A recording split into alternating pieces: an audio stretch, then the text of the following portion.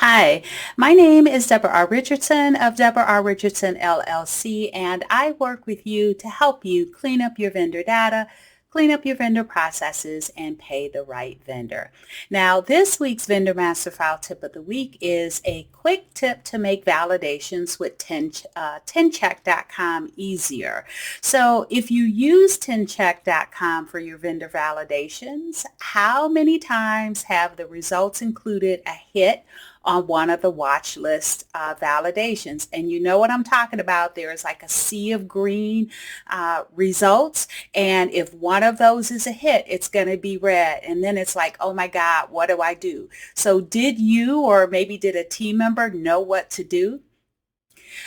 For those of you who have not heard of or used 10check.com, it's a third-party tool that team members who onboard and make changes to existing vendors, they use that to consolidate the vendor validation process. So instead of going to irs.gov, that's only after completing the IRS's registration process. That can take weeks. But instead of going to the irs.gov and performing the lookup to make sure the vendor's legal name and tax ID match against IRS records, then going to a resource for the OFAC check, then going to a separate resource to make sure the address is formatted correctly and that the status is good.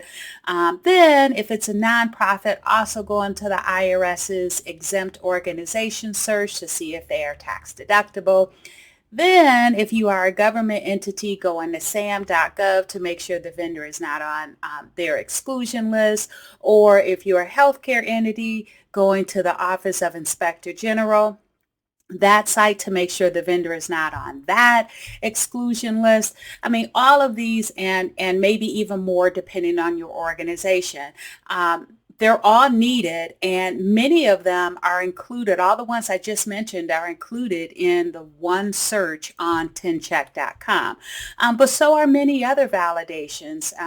And after it gives you the results of the 10 match, the charitable organization match, the Social Security Death Master File match, there is a long list of watch list validations, 46 to be exact, and 44 of them are actual watch lists. The other two have to do with the IRS. One is the EO Select Check, and one is that GIN number for banks that have, non-U.S. banks that have U.S. accounts. But anyway, it's got 46 in that long list, and 44 of them are for specific watch lists. And let's be honest, you and your team hopes that they will all be green, because if any are red, again, then what? So here is a tip. 10check.com allows you to turn off the validations that don't affect you. For example, if you are not a government entity or do not receive federal funds, you may not need to worry if your vendor is on that exclusion list, on the sam.gov exclusion list. Also, that validation list, some of those watch lists include casinos. Do you really care if your vendor can't go into a casino in Illinois? Maybe you do, but maybe you don't. There is also many FBI watch lists. One of those watch lists is where they're just seeking information. Again, maybe you care, maybe you don't.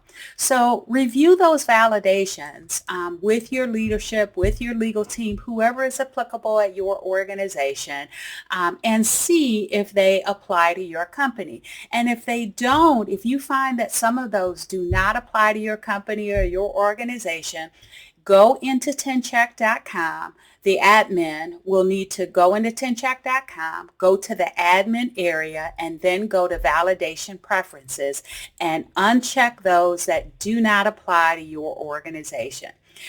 That way, the watch list results is shorter, and that reduces the potential of a match that just completely derails your vendor team when it didn't even need to, because it doesn't apply to your company. Now, every month I have a training called 10check.com Validations Explained for individual lookups and also bulk results. And one of the takeaways is an Excel worksheet with all of the watch list validations listed, along with the full name, description, a link for more information, and more. I have this training the fourth Wednesday of every month, and I will have a link in the description so you can sign up for one. And I know I have November set up already and December set up. I will get some on there for calendar year 2022 because it was such a big hit this year. I will keep doing it.